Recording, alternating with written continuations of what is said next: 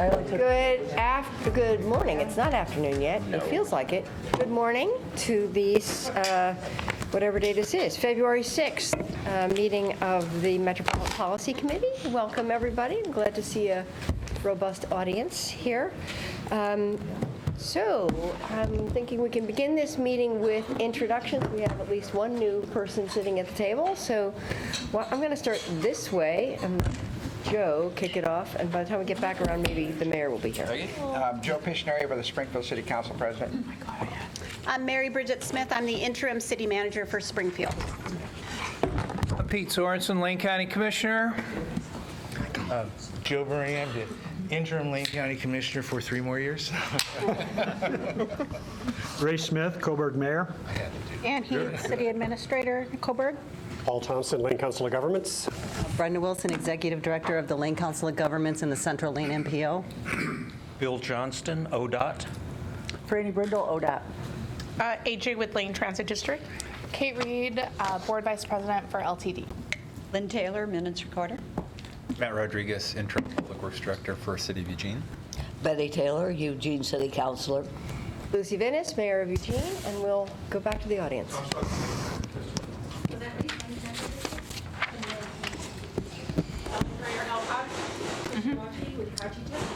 Julia Woolley, Point to Point at Lane Transit District. Teresa Brand, Lane Transit District. Andrew Martin, Lane Transit District. Dan Hollister, Ecos. Rob Interfeld, City of Eugene. Butch Sussman. I'm Grace Kaplan, student at the University of Oregon, and an intern at the City of Springfield. Sid Dev Elko. I'm in the City of Springfield.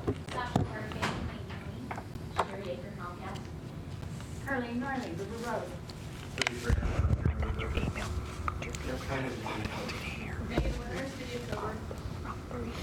Thank you. Thank you. Welcome, everybody. And so our first order of business is to approve the December 5th minutes. Can I have a motion? Motion to approve the last meeting minutes. Second. All in favor? Aye. Any opposed? No? All right.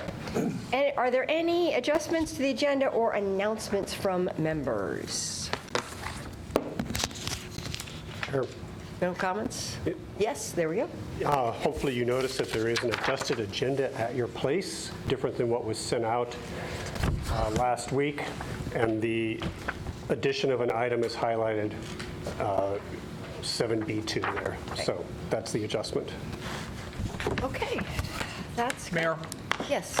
I just want to point out something. I'm looking around the room, and AJ, Kate, Mayor Venice, Mayor Lundberg, myself, a number of us were just on the United Front visit. Mr. Rodriguez, thank you. A number of us were on the United Front visit to Washington, D.C. Recently, and I want to oppose that we could have a slightly enlarged United Front maybe next year. The Willamette Lane Park and Recreation District leadership, both their superintendent and their board chair, part of the trip. And so I'd just like people far and wide to be thinking about that, and possible discussion at the LCOG Board of Directors. Mr.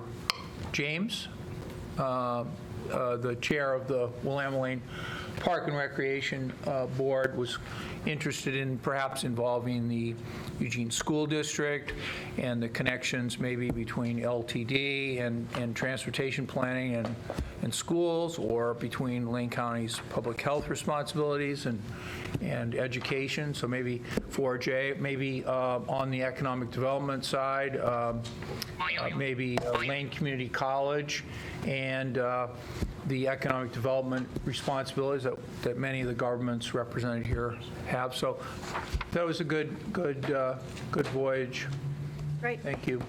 I will also welcome Mayor Lundberg, who's now arrived, and who was also on that United Front trip, and say that we had a single big talking point there, which was we were advocating for funds for a build grant to support the build-out of Franklin Boulevard. So it was a great opportunity for Eugene, Springfield, all of those, and Lane Transit, Lane County. We all came together with that sort of single request, which met with, I'd say, pretty kind of promising response. So it was a productive trip in that respect, and we learned a lot. So, okay.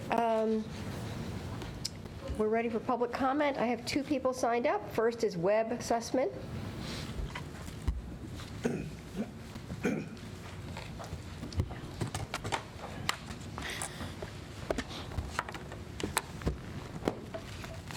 Ladies and gentlemen, good morning. I'm addressing my remarks to this body, but it's only because this body oversees the Metro Cable Commission, and the remarks are about the Metro Cable Commission. I'd observed that a lot of residents in our area of the city of Eugene have absorbed multiple price increases in cable service over the last 9 months. These increases have all taken the form of fees that are passed through. We've also recently received a so-called upgrade to our internet cable speeds that was anything but, and I don't know whether that was a technological hiccup or whether that is something that Comcast has decided they can safely downgrade. My questions to the body are, if you have a contract, if you as a citizen have a contract under the local franchise agreement, are these service adjustments considered to be a violation of that contract? I've read through what I have for the paperwork of it, and although the fees, I've noted that some of the fees can be passed through, I haven't found sections that allow them to materially change the terms of the speed of delivery or materially change the terms of service without effectively renegotiating or nullifying the contract. And so I'm kind of curious. Does your cable commission allow them to do that? Number 2, what can be done, and this is a general question to the body, what can be done to accelerate the rollout of fiber to the household to allow competition for this type of service? It's long past due. We have plenty of dark fiber throughout the city. It's long past due that that be lit up and that we start to use that to provide service both for LCC, the school districts, and various other organizations, in addition to providing competition. Finally, given all the new tech that is rolling out now in terms of fiber, in terms of microcell, in terms of satellite service, why do we still have a cable commission when in fact we have these other services that are also equivalently monopolies? Why are we not more broadly overseeing this entire area? Those are my 3 questions to the body. Thank you very much for your time. Thank you. Thank you. And when we finish public comment, if people with information can share. Next is Carlene Riley.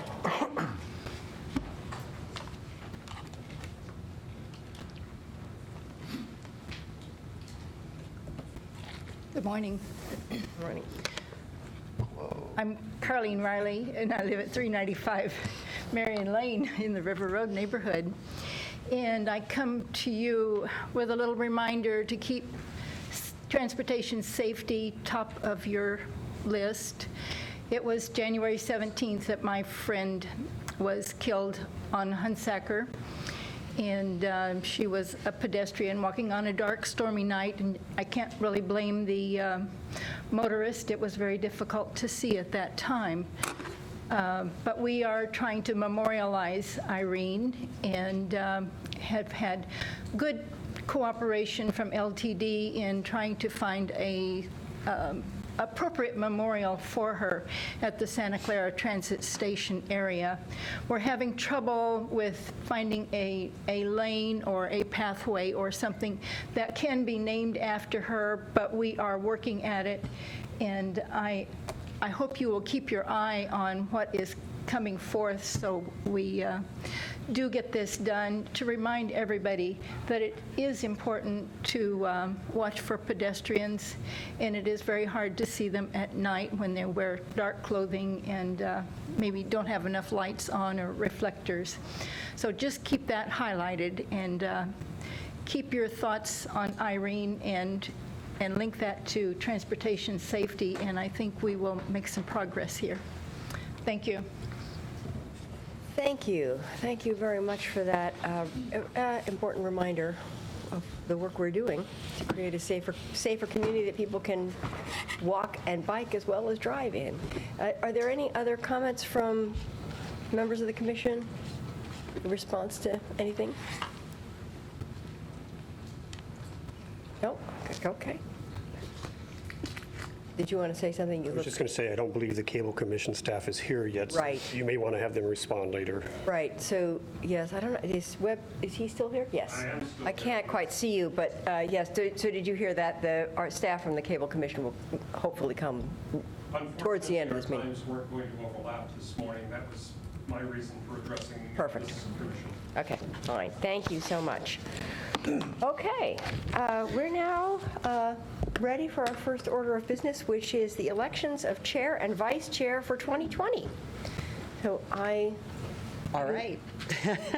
So the bylaws call for the election of the chair and vice chair of the MPC, and I just want to remind everyone that this particular agenda item has two action items: the election of the chair and the vice chair, and the appointment of OMPOC members for this year.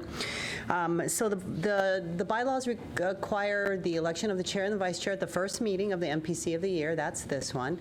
The bylaws also require that the chair and the vice chair be chosen from either Lane County, the city of Eugene, or the city of Springfield.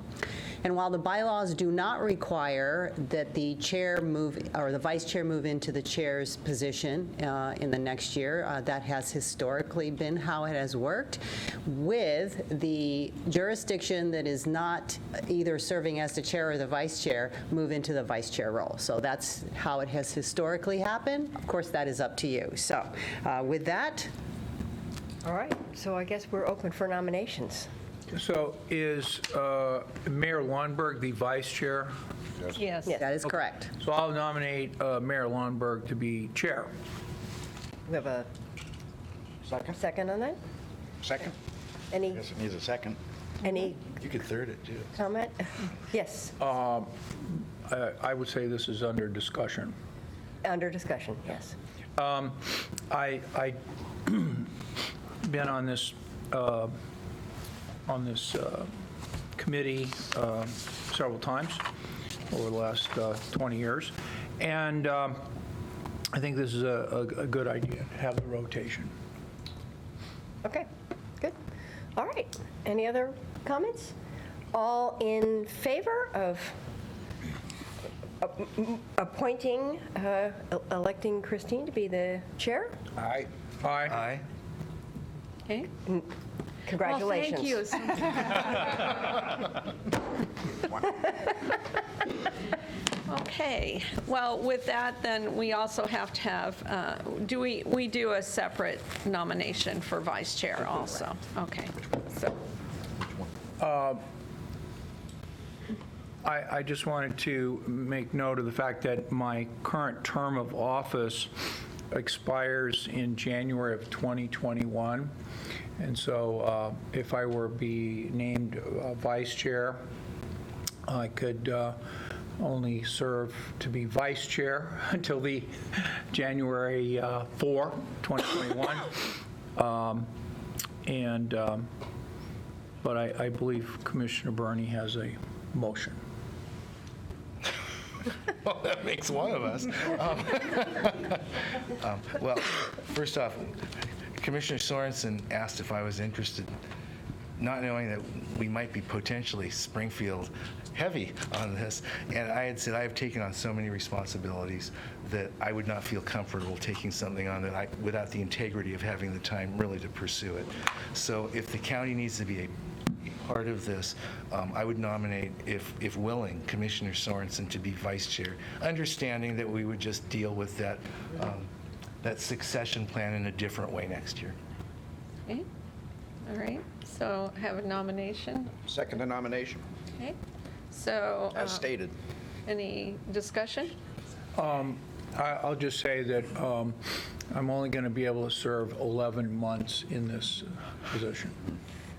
We'll make through. We'll get through We'll it. make two.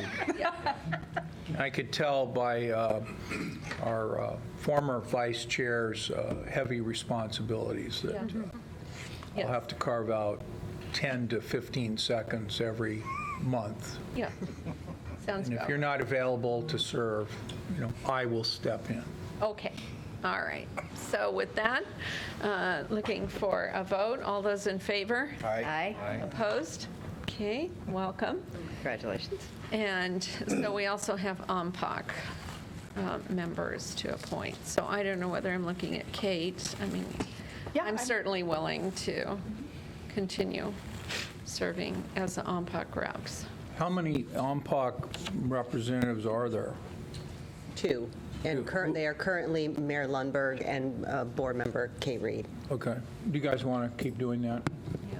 Okay. Yeah, because we love another transportation meeting too, but, yeah. But it is nice to have a voice at the table. Will you accept a motion to approve Ms. Reed and Mayor Lundberg as OMPOC delegates? Second. Yes. Okay. It's been motions and seconded. Is there any other discussion? Okay, seeing none. All those in favor, say aye. Aye. Opposed? Okay, all right. So we have that business taken care of. All right, well, thank you so much. Okay, next on the agenda is our amendments, and it looks like Dan McAllister. Here, thank you. The Transportation Planning Committee recommended that MPC conduct a public hearing today regarding a proposed amendment to the 1821 Metropolitan Transportation Improvement Program proposed by Lane County, who requests that. Let me give some background. So previously, this body had approved the use of a little over $1.5 million funds from the CMAQ program for the use for the Lane County, Yolanda Elementary, and Briggs Middle School traffic congestion mitigation project. The project was canceled in the fall due to some eligibility issues from federal highways, and Lane County is now proposing to reprogram a portion of those funds to 2 existing Lane County projects. Those are Gilliam Road, Ayers Road to Mirror Pond Way, to add $539,000 to the construction phase, and the North Park Avenue Maxwell Road project, known in the STIP as Howard Elementary and Colin Kelly Middle School Traffic Congestion Mitigation Project, to add $216,000 to that construction phase. So what's being requested is a public hearing today. Public comment period will be open through February 27th, and we'll ask for action next month. Okay. Any discussion on this item? Well, I think that we'll, when we got the CMAQ funds, we were interested in, they're for the entire area. We did have a viable project, it just wasn't selected. So would like everyone to keep that in mind, that when new funding becomes available, is we did have some projects. I'm looking at Emma now to, yes, that to be particularly, maybe sensitive to any future funding or when we get it. It's not that we're not going to get funding, we're going to get funding. I'm still looking for a yes, we're going to get, yes, Dan, yes, we're going to get funding. Is that since our project didn't fit, is that we would look for a Springfield project maybe in the future that would be workable for us. Okay? Other than that, any other discussion? And we need to hold is there anyone? Okay, all right, but thank you, Dan, and I'll open the public hearing. Is there anyone wishing to speak to this topic? Okay, seeing no one, I'm going to close the public hearing, and we don't vote this? There's a public comment period open, and we will bring this for action next month. Okay, great, thank you. Okay, so the next item is our STIP project overview. Franny?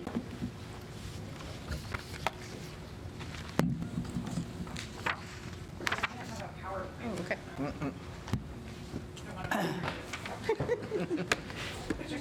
That's right. Hi, I'm going to be Franny Brindle here from ODOT. I'm going to be joined at the table with Emma, Sasha, and Rob. We're all going to talk about the STIP upcoming projects in the 21-24 STIP. So in January, the Oregon Transportation Commission opened up public comment period for the STIP, for the 21-24 STIP. So I thought it would be timely to provide kind of an overview, high level, that is, overview of the projects that are coming up in the next STIP in the MPO area or of interest to the MPO area. So there will be more projects than this in Lane County, but we're just going to highlight the ones that are in the MPO for now, and then answer any questions that you might have. How about that? So Ellen's going to set this up for us, and we'll get going. Okay. I know, isn't that funny how it does it, the timing?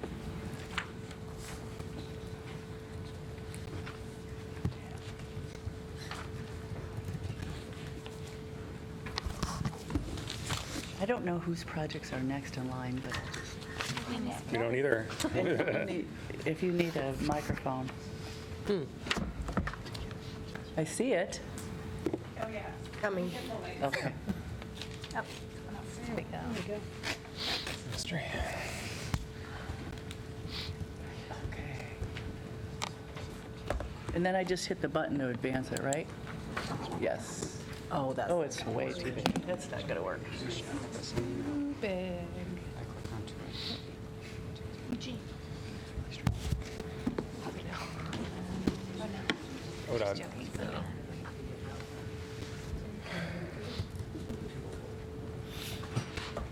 Not to look at it, I just texted him a question about it. Maybe it didn't go through. Oh, there you go. Closer is good. There's the rest. Okay. Can everybody see that all right? I have to take my glasses off. Okay, so what you'll see in the next STIP, one of the projects is on Randy Pappy Beltline. It's the bridge over the railroad tracks and the Northwest Expressway. There's some bridge repair that will be occurring. So the bridges need to be upgraded, structure rehabilitated with a variety, because it has a variety of deficiencies. When they say rail retrofits, that's the bridge rail itself, and typically the bridges that were built, usually in the 50s and 60s, do not have the tall rails that we need now, as we have taller vehicles like SUVs, and also they're not crash standard any longer, so they have to be updated. The deck needs to be overlaid and joint replacements. Construction's going to begin in '22. Specifically after the 21 games. There will be all potential traffic delays associated with lane closures and detours necessary to perform the work. Every effort will be made to minimize any disruption during commute times and to limit lane closures and allowing night work. So we are in design right now in 2020 and construction in '22. Next, we have the 126B 20th to 75th Street in Springfield. This project is currently undergoing a corridor study. to look at what safety improvements could be instituted that would be acceptable to the community and also would be actually worthwhile and limit the amount of, because as you know, this corridor is fraught with pedestrian injuries and casualties. And so we are looking for ways. There's an all roads transportation improvement that called for pedestrian median and other improvements, lighting, et cetera. So we are looking at the corridor in general to see where specifically those locations would be to have the least impact to businesses, et cetera. So that is going to be in design in '22 when the corridor study and plan is done, with construction in '24, and the budget on that is a little bit over $4 million. So not in our MPO, but nearby and of interest is on our Highway 99 in Cottage Grove. This was a leverage project. We had a signal that needed to be replaced in this area for safety improvements and for ADA improvements. And so we leveraged that Fix-It project with sidewalks. And the city of Cottage Grove had just adopted their TSP, which included sidewalk infill and other plans. And so we budgeted $6.3 million to help the city of Cottage Grove get some sidewalks and pedestrian and bike improvements. Also, we'll bring up this section of highway to ADA standards and install a crosswalk where there was a fatality a few years back. And we also are going to upgrade the signal at Woodson. So I thought that would be of interest to us. On our bridge in Springfield, our beautiful historic bridge that goes over the Willamette, our westbound structure on 126 requires repair, and lots of it. The project includes design work to rehabilitate the deck and replace it, to complete load ratings to determine pavement and removal methods, a deck overlay design and deck joint replacement. And we are waiting for construction funding. We had to take funding away from this construction project to bail out another project in Region 3. I think it's in the Scotts Mills area. But we are going forward with design, shelf-ready design, so that as soon as we can get construction funding, we'll construct that. And that's a design budget of $435,000. And then right on its heels is another project to repair and strengthen the bridge and remove pack rust and get it ready and paint it. So there's a lot of pre-work that has to happen for the painting. And that work is scheduled to begin design, is in design, excuse me, right now. We'll be wrapping up in 2020. And then another Beltline project. This is kind of the leftover project that we had from the, as Rob will remember, our 126 West project between Eugene and Veneta, where we did some safety improvements and some bus stop improvements between here and Veneta. So there's another bus stop that has to be fixed at, basically, we're nearby this area where Beltline comes into 126. So that will occur, and we're also doing paving, some bridge repairs and replacement, and we're going to install a concrete median that's taller than the one that's there now, from Roosevelt Boulevard all the way to Coburg Road. This project also includes cameras and traffic sensors and permanent variable message signing that alerts traffic of timing it takes to get from one place to another, similar to what you see on Beltline going in the other direction. That is in schedule for design 1921 with construction of summer of 22, again after the games. And the budget is $15.3 million. And then another of interest in our area, but not exactly in the MPO, is on our I-5, Interstate 5 between Goshen and Cottage Grove. The pavement's in terrible condition, 20 years old. It needs to be upgraded. We have asphalt in some areas and concrete in others.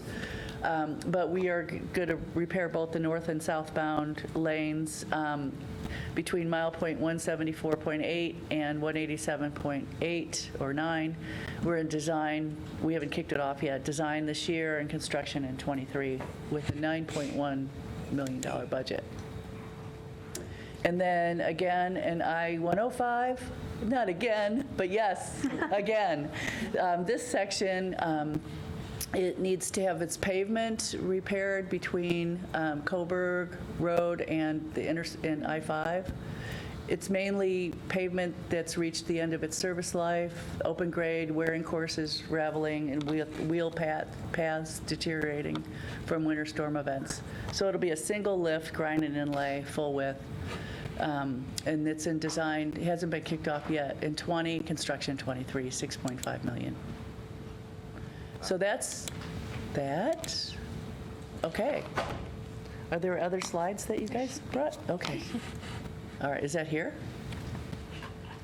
Yes. Oh, there we go. Yep. So you get to choose it. Just click on whichever one. Transit tomorrow? Down. Or No, the this one? one's below Okay. or 3. Bottom 3. I'll let you drive. I'll go then. Okay. Okay. Good. So Lane County is delivering one project that's programmed into the STIP in the MPO area, Gilliam Road. We have a second project that's yet to be programmed into the STIP, but it will be during the same time period, Howard Elementary, Colin Kelly Middle School. Gilliam Road is essentially a two-part project.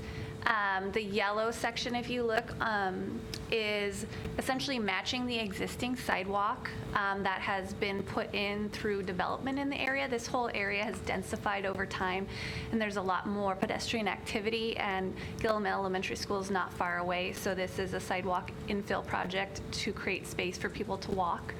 And then the second part is the red line you see further north. And this is to create a sidewalk on the northern section. It's not quite as dense an area, and there is no existing pedestrian infrastructure.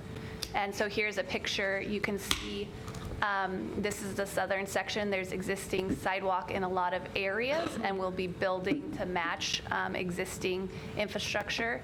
And there's a bike lane on this side. And then the northern section, there is no infrastructure. There is a large ditch, which we'll be filling in order to create space for people to walk. And that covers the county. If you could press escape. Here. Got it. Never mind. Sorry. And off to Springfield. Perfect. Thank you. Go. And as others have said, we're just highlighting a couple projects. We have more than this in the STIP, but here are a few highlights. So South 42nd Street and Daisy, this is kind of in mid-Springfield, south of Main Street, to give you a geographic orientation. Aiming for 2021, there's a reversing curve along South 42nd Street, so behind the view that we're looking at right now, the road bends and comes into this intersection fairly high speed. So that affects the visibility approaching the intersection, and it's a safety problem, as well as the cross street that you see there is the Virginia Daisy Bikeway. So it will both facilitate better safety for people driving through the intersection, as well as people crossing on foot and bicycle from the neighborhoods to either side. The posted speed on South 42nd Street is 30 miles per hour. The selected solution from City Council through the planning process was a single lane roundabout. So we're now going into design and working toward constructing that. This will create a slower approach and circulation speeds within the intersection and just greatly improve the safety of the intersection. And then, as I said, it kind of ties into the broader corridor goals of providing a safer walking and biking route, kind of east-west throughout Springfield. Next is Mill Street. So Mill Street is a major collector street in Springfield. It's in need of reconstruction. This is just one piece of it, but the whole street has a lot of base failure that you can see coming through to the top surface of the road there. Mill Street provides access to an office park, medium and high density developments, and Meadow Park, which you can see on the left there. It provides connectivity to Centennial Boulevard and Main Street. The project will fix the underlying base layer failure that I was talking about that's causing the street to deteriorate, as well as bring the whole facility up to the ADA standards. So you can see that there's a lot of curb ramps along the route that don't have the standards. And so that'll improve safety, accessibility for pedestrians, address the large crown of the roadway is another concern, and help implement the Springfield Transportation System Plan's pedestrian and bicycle project along this corridor with bicycle treatments. And that's for 2022. Let's see. Lastly, the 42nd Street Operational Capacity and Safety Improvements Project is for 2023 and beyond. This is funded by the Oregon legislature, thankfully allocating $12 million to improving this corridor. 42nd Street is a city arterial roadway serving Springfield's industrial area. It provides access to a large employment base that includes International Paper, Sierra Pine Wood Products, United Parcel Service Customer Service, True Value Warehouse, and a distribution center. Mount Hood Beverage and Springfield Public Schools has their bus barn up at 42nd and Marcolo, so that's where all of the school buses are coming and going every single day of the week during the school year. 42nd Street is a major freight corridor that connects two state highways, Oregon 126 Expressway Freight Route and the Oregon 126B Main Street. The corridor experiences significant operational and multimodal safety issues. As you can see here, the majority of the roadway has a pavement condition rating of poor or lower, so we'll be improving the surface. People turn left unsafely in front of oncoming vehicles, and there are also people cutting around to the side trying to pass the queued up vehicles. And then the photo on the bottom right there, you can see that it connects. Mackenzie Levee path runs parallel to 42nd Street, but the pedestrian connections and bike connections to and from the path are not accessible to quite a few folks at this point, so we'd be bringing those up to ADA standards as well. And then the only other thing that I'll add is also modifying some traffic control at intersections to improve safety and operations. And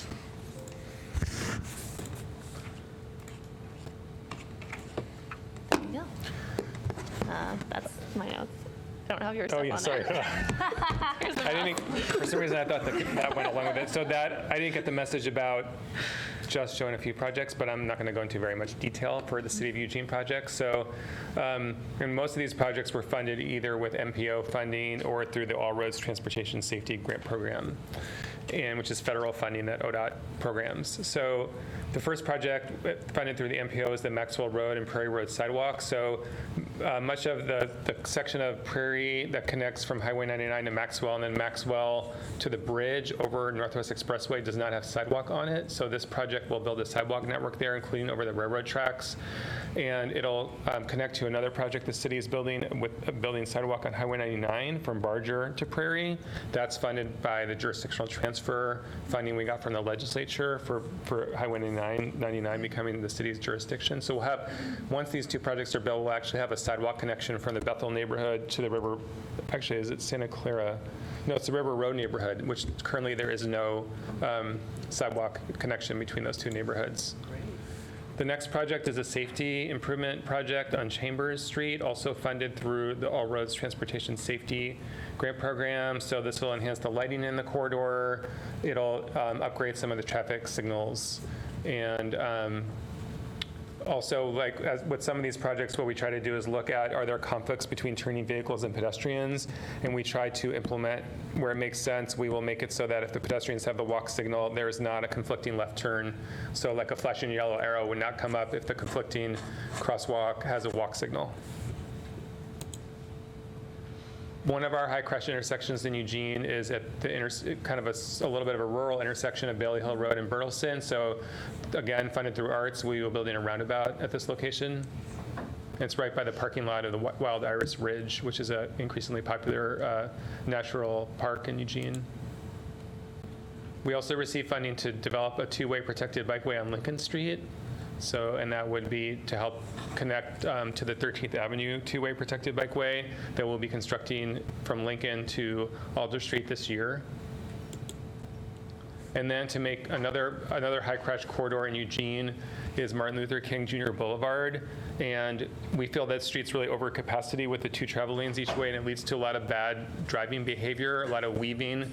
So what this project will do is reallocate the outer lanes into what are called BAT lanes, which are either known as bus and turn lanes or business access transit lanes. So the outer lanes will be for buses and right-turning vehicles, and then the main lanes will be for regular motor vehicle traffic, and then we're going to be adding additional pedestrian crossings along the corridor because there's some bus stops in the corridor where there's no pedestrian crossing nearby.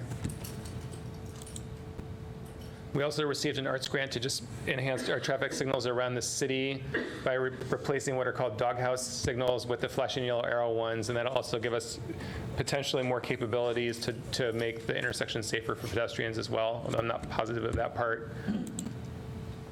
Another grant we received through the MPO was to convert 8th Avenue to 2-way and to add a protected bike lane. This is this and another project that I talk about. We're part of a public process that we're wrapping up called Central Eugene in Motion. And so by engaging the community, we looked at a few different alternatives, and the one that we selected as what we're going to move forward with is it removes parking from one side of 8th but keeps it on the other from Mill Street to Lincoln Street and makes 8th Avenue 2-way.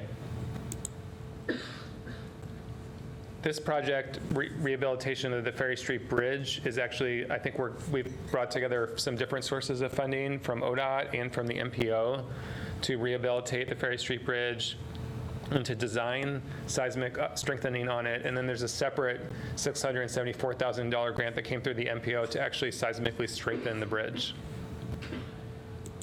And that also will, the rehabilitation project will also apply to the Ferry Street Bridge viaduct. Another grant we received through the MPO was for a collection of pedestrian safety projects all around Eugene. We called the Enhanced Walking Network, and it's a combination of sidewalk infill and safe pedestrian crossings. And so this will likely be constructed in 2021. One example of where we'll be doing sidewalk infill is on North Danabo Street in the Bethel neighborhood, just south of Barger. Another project that we received funding through the MPO is the High Street Protected Bikeway. Through our Central Eugene in Motion project, we actually evaluated, and this project's important because it's about providing a safe and comfortable biking connection from where the Amazon path ends at 19th and downtown, and then going north to downtown and eventually the riverfront path system. And it also, on the very south end, it ties into the new protected bikeway that we built on East Amazon and East Amazon Drive. So this, through Central Eugene in Motion, originally we had applied to just do a protected bikeway on High Street, but through Central Eugene in Motion, we evaluated some different alternatives, including buffered and protected bike lanes on High and or Pearl Streets. So we're still doing the analysis for that. We've completed the public involvement. One of the things we're looking at is testing out through a sort of like a pilot project of removing a travel lane on High Street between 19th and 11th to see how well the roadway functions with one fewer lane. But that and some other analysis we're doing will inform what alternative we select to move forward with. We also received funding from the MPO to seismically retrofit the West 11th Bridge over Amazon Creek and the Chambers Street crossing over the railroad tracks. And that's it. Thank you, Rob, Sasha, and Emma. So that concludes kind of a highlight of the next step projects in our multiple jurisdictions around the MPO. Are there any questions or comments? Yes. What is pack rust and what is a doghouse? Well, pack rust is rust that's around the members of the metal, the iron of the bridge itself. So it's packed rust, basically. It's underneath bolts and where the members come together, and it's like underneath the existing paint, there'll be layers of rust. They call it pack rust. And doghouse is a term to talk about. Matt is our former traffic engineer. I will let him correct me if I get this wrong, but it's a kind of traffic signal that includes a left turn, a green left turn arrow for what we call the protected left turn, and then it goes to just what we call a green ball for when it's permissive and you have to yield to oncoming traffic. And I think just the way that the different elements of the signal were assembled looked like a doghouse, and so that's what people in the traffic engineering industry call it. Thank you. So, Roundabout. Other questions, comments? Do you plan more of those flashing red left turn lights? yeah, so that dispersed project will include replacing a lot of the doghouse signals all around Eugene with the flashing yellow arrow. Well, you have to guess whether you can turn or not. So you have to yield to oncoming traffic. I think Another way of saying it, I think. I think the data It's safe. studies found that is safer than just the green ball for making, because the yellow is sort of like caution, and so that drivers are likely to be more cautious and look for oncoming traffic when they have a flashing yellow arrow. Thank you. Now, the danger always is that we want to make sure they're looking for pedestrians too in the corresponding crosswalk. And so that's something that we're trying to pay more attention to around Eugene as part of implementing Vision Zero, is like where are there places where there are those potential conflicts that we should maybe not bring up the flashing yellow arrow and have a red arrow until the pedestrian phase is done. Okay, other comments, questions? What was the estimated construction date on the Ferry Street project? I'm not sure. It's if we go back to that. It was cut off at the bottom. Oh, was it? Don't know Okay. which one it is. Or no, I'm just going to go from the top and click. Thank you. Oh, yeah. Can you hit escape, Franny? Because then that'll show the full. 2022 is what I have. Okay, 2022. Thank you, Dan. Great. It's not working. Go with that. We can't Yes, escape. Commissioner Burney. In looking at all these projects presented individually, some of them had budgets for design, some of them didn't. I'm wondering if there's anything in the aggregate to look at the economic impact for the county and different sub-economies of the county, where you have where and when all those dollars will be spent.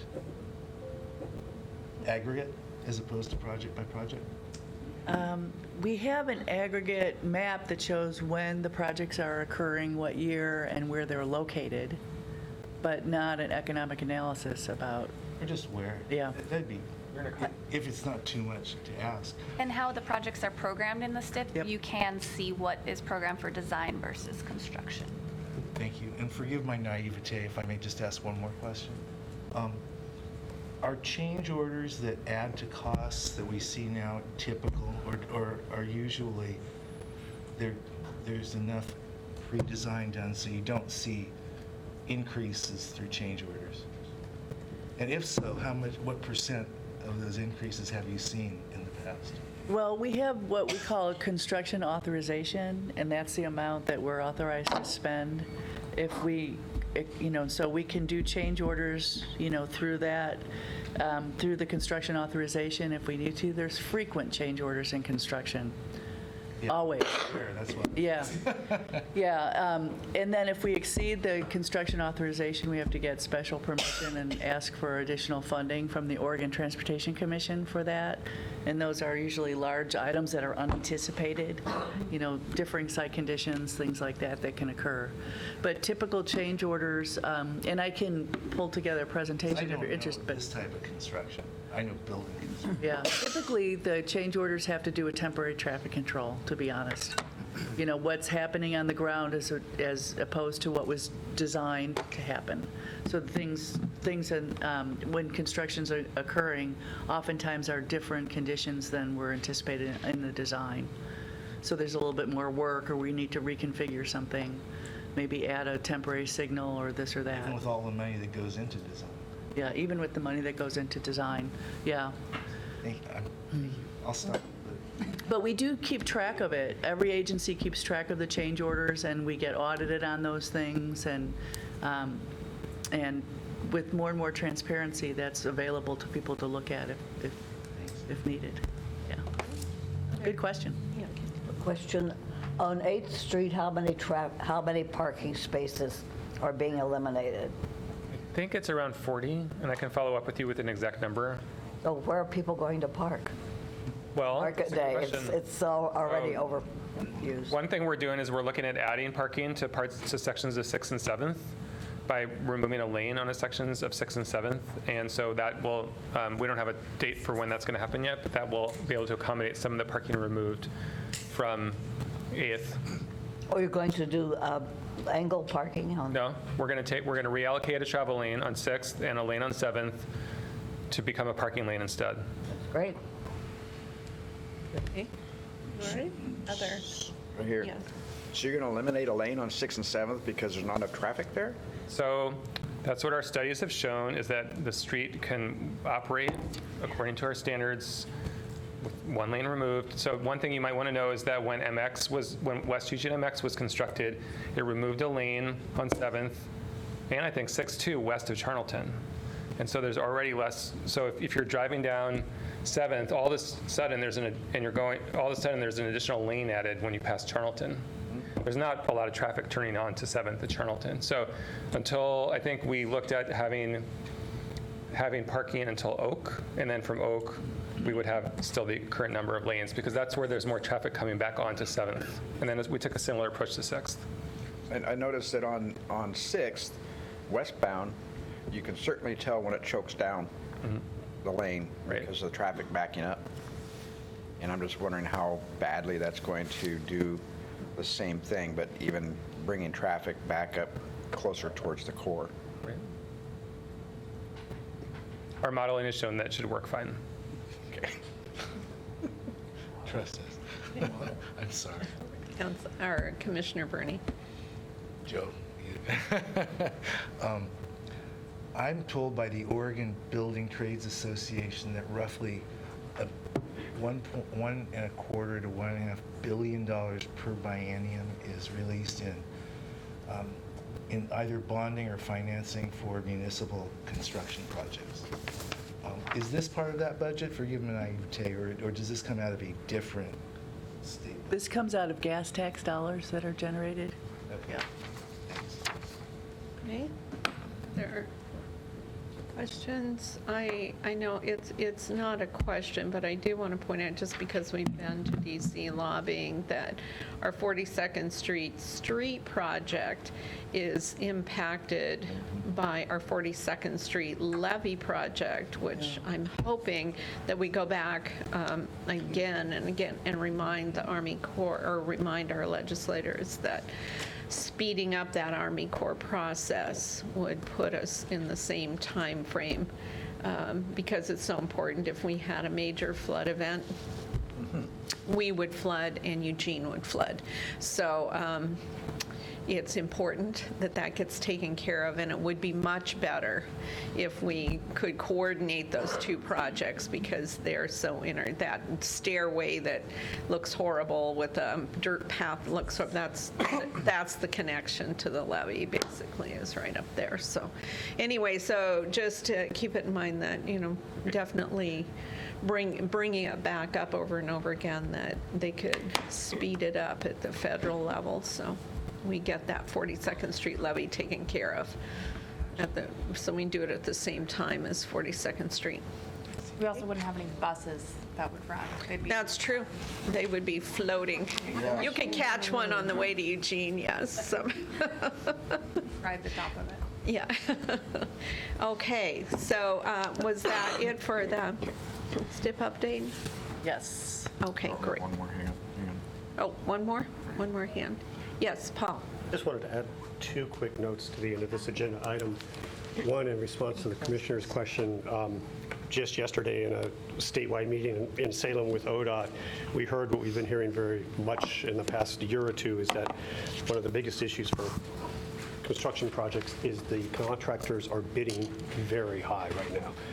That really the economy has given them so much work that the bids are coming in quite high, and if there's a change in cost estimates, it's often between the initial cost estimate and then what the bid comes in at.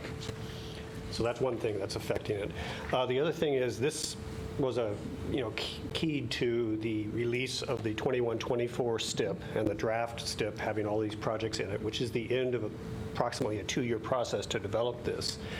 This summer, they're going to kick off the development of the next STIP, covering years 24 through 27.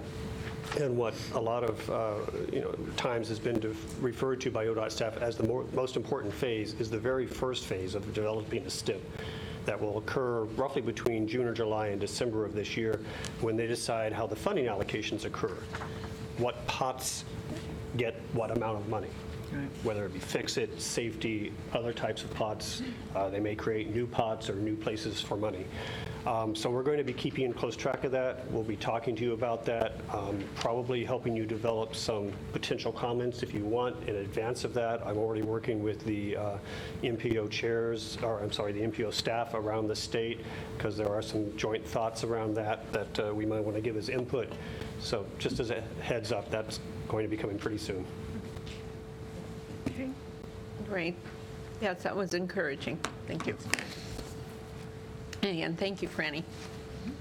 Okay, so next on the agenda is Transit Tomorrow, COSAT Reed. And Tom is here too. Wait, we have another It's item. the Oh, okay. revised agenda. Sorry, look at the revised agenda. We're going to be talking about the transportation options. Oh, this one. I'm looking at the wrong one. You were looking at the... I was looking at the other one. Sorry. So just so you know, we've been talking about this, but the I-105 construction project is starting again in earnest next week. So starting Monday night, they're going to be doing some night work to do some repair at night, and then starting Tuesday and into Wednesday, we'll be down to one lane in each direction with crossover traffic. So we have been doing quite a lot of outreach about this and also helping people understand what's happening to avoid the route or use other modes of transportation. And so a couple announcements I wanted to make, and then I'm going to turn it over. So the Tuesday, Wednesday night, expect the crossover. The Delta off-ramp onto I-105 will be closed starting in March 2nd for 8 weeks.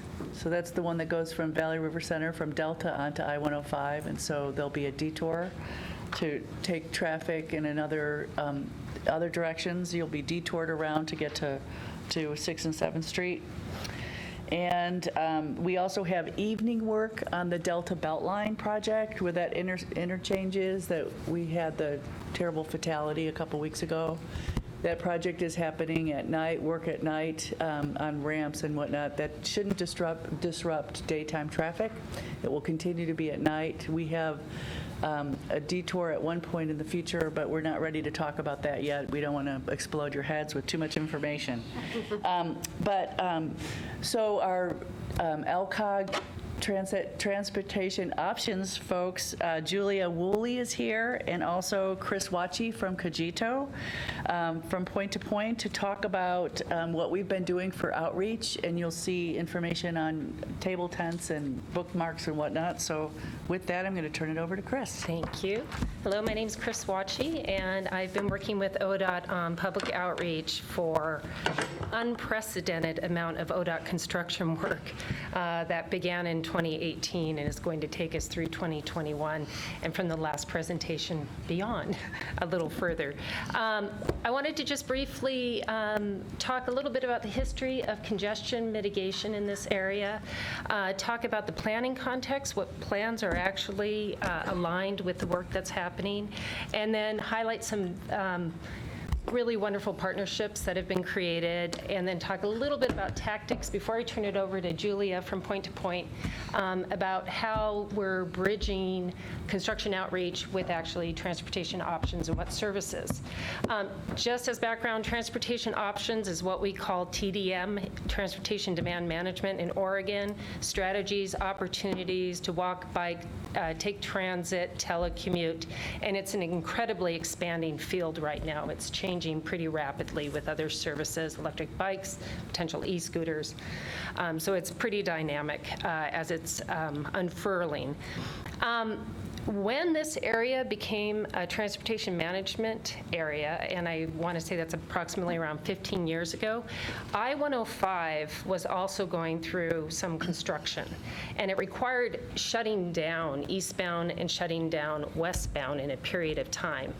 LCOG and Point to Point recognized that, and recognized that it was an opportunity to really highlight at moments of disruption this is the time people can change behavior and try to go a different way, go a different time, or try a different way. So that's where the advent of keepusmoving.info started. It was at that period of time, which was a precursor to today's comprehensive traveler information trip check.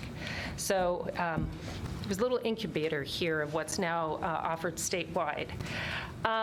Along with that, too, there were two key plans that were developed, one at the regional level, which was the Regional Transportation Options Plan, which was between LCOG and Point to Point, really looking at what are the most effective transportation option strategies for the region. And in that, there's a pretty strong policy that says during construction, transportation options will be part of the outreach so that people understand that they can change their behavior before, during, and after. In 2015, the Oregon Transportation Commission adopted the nation's first statewide transportation options plan.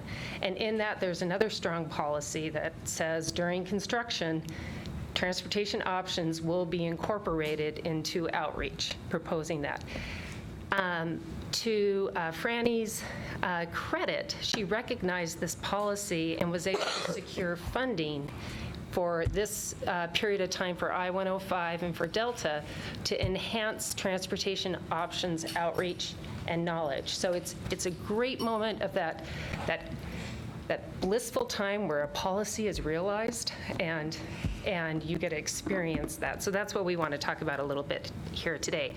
Not only was there funding associated with what Julie is going to speak about, but there's also a new bike share station that was paid for by ODOT. And that was the first bike share station across the river. So that was over at Valley River Center. And it's been, the data from that is really impressive of how much usage it was to actually not only tell people to use bikes, but actually give them an opportunity to use the bike share station. So briefly, just in terms of tactics that we've been doing to get the message out, we've been reaching out to residents, we've been reaching out to businesses, and we've been reaching out to the general public. So you have some of the materials in front of you of what's been going out in addition to presentations, lawn signs, A-frame signs, street banners, radio ads, door-to-door visiting with businesses to make sure their employees know about how to get to work, as well as parking garage signs. And I do want to highlight the partnership with the City of Eugene.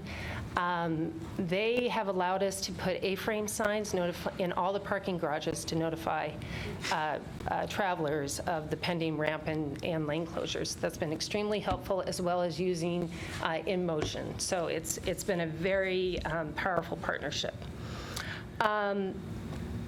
We have an interested parties list that has been created, kind of a crescendo right now over all the outreach. I think we're over 6,500 businesses, entities, organizations who are getting the information through ODOT.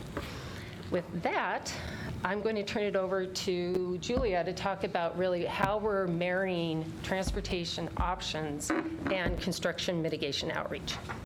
Hi, I'm Julia Woolley. I'm a transportation options specialist for Point to Point at Lane Transit District. And as Chris was saying, we've teamed up with ODOT to help residents, employers, schools in the area find new ways of getting around the congestion that might result from this construction project. Since this kind of represents a great opportunity for a lot of people to try new ways of getting around that they might not otherwise do, it's a sort of a beneficial team effort between the two agencies. So we're focusing our effort on three key audiences: residents in the region, trip generators in the region, and the general traveling public. So for residents, we're primarily focused on the areas that are going to be the most directly impacted by construction. So that includes 3 neighborhoods in the city of Eugene.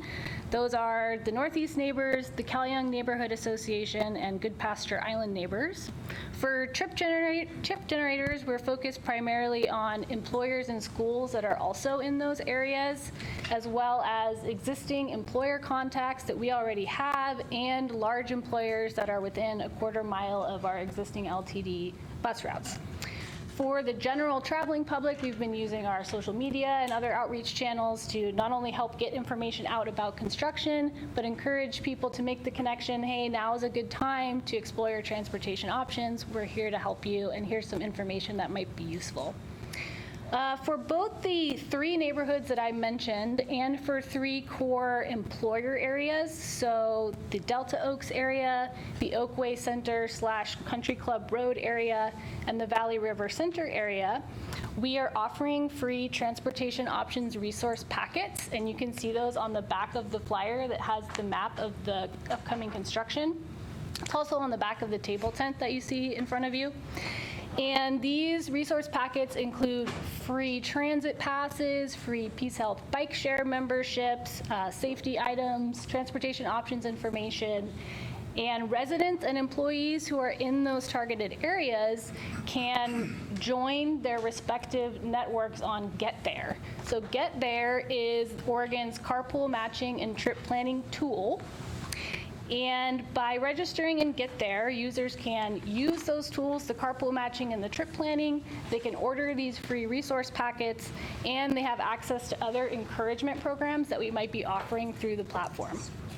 So Point to Point is playing a role in terms of administering that program and also helping to do the outreach along the impacted corridors, going to neighborhood associations and bringing up transportation options as a potential remedy for the congestion they might experience, and contacting our existing employers.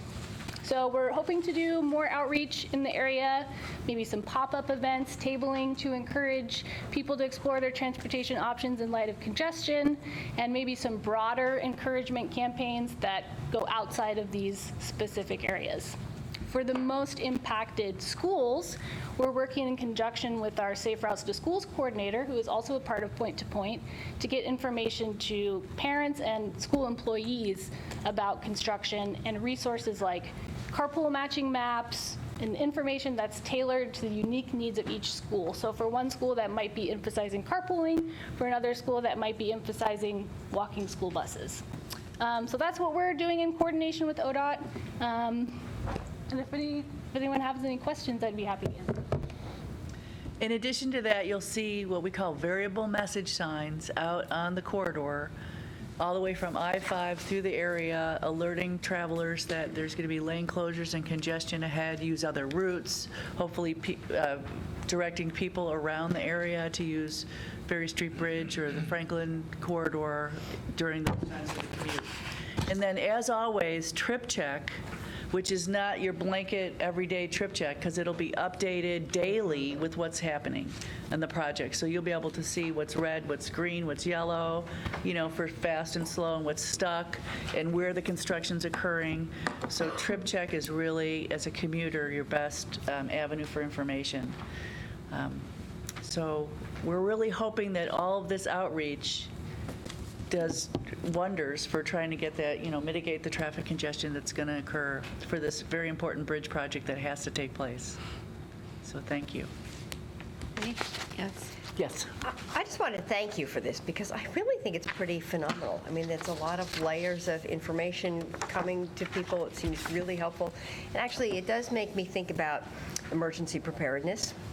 That actually there are a lot of lessons you're learning here, and something that you can anticipate that presumably if we had a crisis would be helpful to us, that these systems already exist and people would be familiar with how to use them. So I think there are multiple layers beyond this construction site where this is useful. So thank you. Thank you. So do these go with this? Oh, thank you. Yes. Yes, they're little party gifts.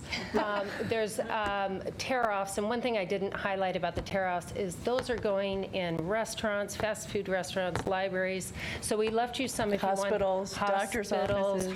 Definitely doctor's offices. So you may take them if you want to leave them at whatever network you have. That would be fantastic. Thank you. Yeah, great. Thank you very much. Thank you. Okay. Okay, now we're does that end? Huh?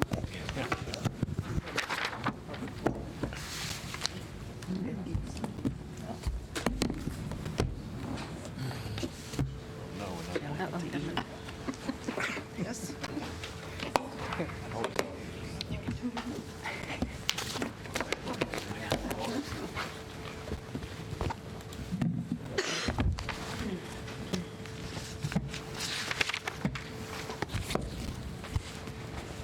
thank you for inviting me here today. I'm Cosette Reese, and I'm the Director of Development Services at Lane Transit District, and our topic for today is Transit Tomorrow. And I know that LTD has been to MPC and had some conversations about Transit Tomorrow in the past. I'm not going to go back through the last 2 years of activities that we've had with Transit Tomorrow. Instead, what I'm going to talk about is where we are today and the outreach that we're doing toward the decision making. And I'm just going to be going over at a pretty high level, again, the outreach and then the decision making process of Transit Tomorrow. So I want to talk a little bit about LTD's vision or mission. We believe in providing people with the independence to achieve their goals, create a more vibrant, sustainable, and equitable community. And I think that this is really important to remind us all of LTD's goals because what we're looking to accomplish with Transit Tomorrow really do speak to these, the mission and the goals that we have. So I'm going to start back in August. So again, I'm not going to go back through the last 2 years, but I'm going to start back in August because August was a big milestone for the Transit Tomorrow project. So prior to that, we had had almost 2 years worth of outreach, designing, conversation with stakeholders in the community.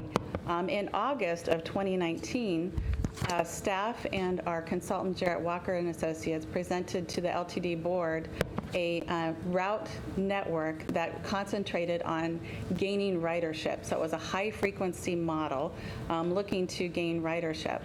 And at that meeting in August, the board directed staff to further study and further refine that network and also create an implementation plan for that network. Between August and November, LTD staff took the network that was designed by our consultant, and we really tried to crunch some numbers and find ways that we could get some increased efficiency so that we could restore back as much coverage as we felt like we could, while still keeping the integrity of the network that was designed by our consultants, Jarrett Walker and Associates. So what we brought back to the board in November was a refined transportation network. And that's what you'll see on the handout that you have today. Again, it's really focused on a high-frequency, high-ridership model. And we had a lot of conversation about that. And again, I'm not going to go back through all that conversation. So in November, staff presented the proposed transit network that continued to reflect that 82% ridership model through increased frequency. And at that point, the board directed staff to slow down a little bit, take that alternative out to the public and have some conversation, as well as come back to them at a later date with some potential options that could help to address or, in some cases, restore service for folks who may have been identified as potentially losing service.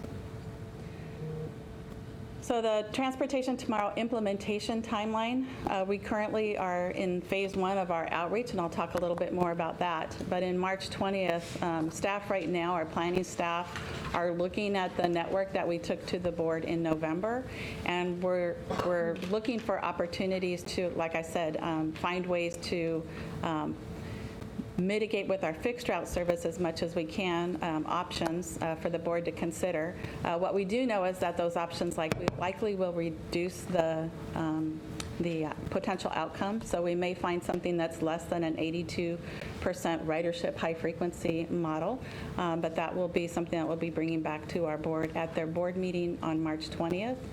And then in May of 2020, we'll be holding a public hearing. And in June of 2020, the LTD board will adopt the final transit network for implementation. And then we're looking at potentially implementing the first changes as early as February 2021. And this is just a very high level kind of a to-do list for us. But the real work actually falls right now, where we're out having conversations and doing outreach with our community. So we've broken the outreach into 2 phases. And the first phase, as I mentioned, we've been doing this for 2 years. And a lot of you have been involved in this. A lot of you have been attending meetings and involved in this for the last 2 years. But a vast majority of our public have kind of come and gone into this process, or maybe not engaged in this process at all. So in phase 1 of the conversation that we're having right now in the community is really to talk about why we're looking at Transit Tomorrow, what Transit Tomorrow is, and where we are today in terms of the network that we have proposed, and prepare them for when we come back to the board in March with some potential options, and then prepare them for the public comment period so that they can effectively communicate to the board their opinions and feedback. So phase 1 is January through mid-March. As I said, we're really looking at this as an opportunity to have a conversation with our community. So again, kind of get them caught up. And so we're kind of going out to them with some questions. So the first one is, why Transit Tomorrow? Why are we doing Transit Tomorrow? LTD is 50 years old this year. And it's really been 20 years since we've taken a high-level look at our service and our network, and how can we best use our resources and use what we have to accomplish our community's goals. And what can we do today to position transit to meet the goals of the future, not just of today? And then what have we learned so far in the process? Well, one of the things that we've learned is that our community has clear goals and policies that point toward a model that depends on increased ridership. So we have a lot of goals around equity and economic development and environmental sustainability that to some extent call out public transportation as a potential solution or partial solution for some of that. Also looking at what are best practices. So we've spent the last couple of years looking at what are best practices, what are other communities doing, what's going on in our industry. And we learned a lot, and we saw a lot of other agencies who implemented a high ridership or high frequency program, which attracted more ridership by making the bus more useful. A local example is our MX. So our MX is already a high frequency service, and what we found is that while the rest of our system is declining in ridership, MX is still increasing in ridership. So what we know is that high frequency is a component of increasing ridership. We also explored needed trade-offs. So how do we focus our resources? We have limited resources. What's the right balance between providing coverage in the community with our bus service and providing frequency so that we're able to provide a system that is more useful for our community and more convenient for people to use? And then what are the challenges to accomplishing a high ridership model? So one of the things that we know about our current system is that we're approaching a breaking point. So we're putting more resources into the system that we have currently today, really with no more outcomes. And a lot of that is based on a lot of the same things that you and I experience every day if we are driving. And that is increased congestion, makes longer travel times, and we're not able to connect our service the way that it needs to connect. So what we're doing is we're putting more buses out, really to provide basically the same level of service. And so really what we're doing is we're providing a deteriorated level of service to our community for the same resources or more. And what Transit Tomorrow asked is this good enough? And then what are the opportunities that we might find in a ridership model? Well, one of the things that we know in the high frequency model that we've designed is that we're removing some inefficiencies of the current system. We're creating more convenient connections, so we're making transportation and public transit more useful for people to use. It creates opportunities for us today and in the future to create more crosstown connections. So one of the things we hear when we go out and talk to people is they don't like going downtown Eugene to have to go someplace else in the community. It would be a whole lot more convenient if they could just go directly there. And frankly, maybe some of them decide not to use the bus because it is so difficult. So if we can make and create more opportunities for crosstown connections, again, that would help attract more ridership. It creates better access to transit for more people. It meets the stated values of LTD and also the policy goals of our community. So many of you represent bodies who have policy goals around sustainability, and this can help meet some of those goals. And then what is the cost of a ridership model? Well, it means that we have to make trade-offs, including service coverage. And what we've done, and the design of the system that you're going to see today, that you see on your handout today, is to some extent we've contracted some of the routes from the outside area. So we haven't really cut routes, but we did cut maybe segments of coverage on those routes. So, and primarily, we've tried to take a surgical approach as much as we can to the least productive parts of those trips. And again, putting those resources into creating higher frequency on our arterial areas where people are traveling, and using the bus to commute to jobs and housing and other needs in the community. Also, it gives us an opportunity to look to partner with the community, both in the private and the public sector, to identify possible transportation alternatives. So again, it might not be that a 40-foot or a 60-foot bus is going into these communities, but it might be that there's other ways that we can still serve those communities. So looking for opportunities to partner. And as we all know, our area is exploding with mobility options, again, both from the private side and the public side. And are there ways for us to look to those as possible solutions? And then what's next in the process, and how can people participate? And I'm going to cover that just a little bit later. So this is the conversation we're having right now out in the community, and this will last for about another month into mid-March. Come mid-March, we're going to be bringing to our board some potential options to the transportation network that you see today. And our goal is to make widely accessible those options so that people can take a look at them. Again, to provide information to them so that they can be informed and so that they can effectively communicate their input back to our board. And then engage the community, provide that feedback for the board's consideration and their decision making. So our outreach, these are just a few of our target audiences. These aren't all of them. So riders is a big and an important target group for us. Business community is important. We're doing a lot of outreach with civic groups and nonprofits, social service agencies. We know that a big portion of our ridership are U of O and LCC students, so we're reaching out to them. We've already, and we're continuing to have conversations with neighborhood associations, and we're really looking for opportunities to go beyond the neighborhood associations, because we know, because I'm part of a neighborhood association, I know that my neighborhood association doesn't necessarily reach the whole neighborhood. So how can we have a deeper and better, broader conversation? Also having conversations with our partner agencies, and that includes 4J School District and other agencies, and then just the general public. We know that there's people out there who ride the bus today. We want to make sure that we're reaching out to them. We also know that there's people who stand to benefit by the changes who are part of the general public who don't use the bus today.